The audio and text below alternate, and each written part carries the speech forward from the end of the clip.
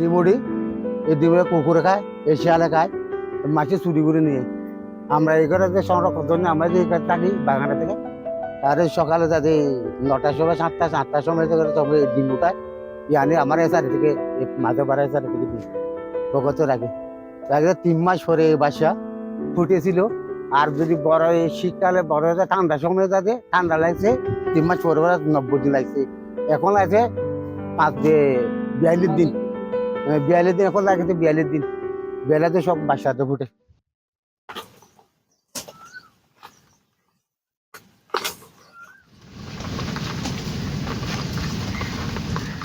আমরা কাসিমের কাজ করি।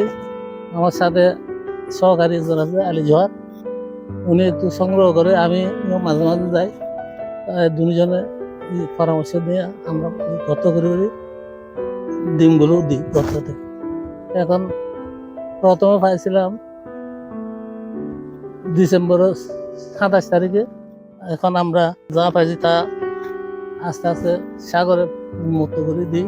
যেখানে কাসিম যখন সাগর পাড়া উঠে এভাবে যায় যে ওই পায়ের আর হাতের একটা ডাক্তার বড় গাড়ির টায়ারের মতো ডাক্তার ধরে ধরে আমরা আস্তে আস্তে যাই। মাটি যেখানে নরম সেখানে হাত দিয়ে উঠালে উঠে যায়। 100 দিন, 150 দিন, 150, 60, 70 এরকম এরকম দিন হয়। 200 অতি জোর হলে 200 পর্যন্ত, কোনো কোনো কাছে 200 পর্যন্ত দিন দিই। ওইখান থেকে আমরা সংগ্রহ করে আনি।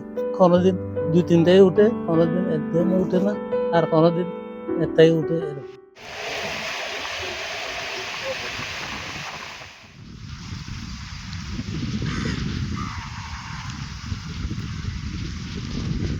কক্সবাজারে 12টি স্পট থেকে এবছর 25,000-এর বেশি ডিম সংগ্রহ করা হয়েছে এবং বাচ্চা অবমুক্ত করা হয়েছে 2,000-এর মতো।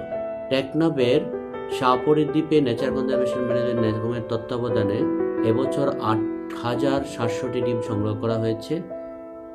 সমুদ্রের জারুজার হিসেবে পরিচিত পরিবেশের বন্ধু কাসিম সমুদ্রের জেলিফিশ এবং ময়লা আবর্জনা খেয়ে সমুদ্রকে পরিষ্কার রাখে। আসুন আমরা পরিবেশ বান্ধব এই কাসিম সংরক্ষণে সবাই এগিয়ে আসি।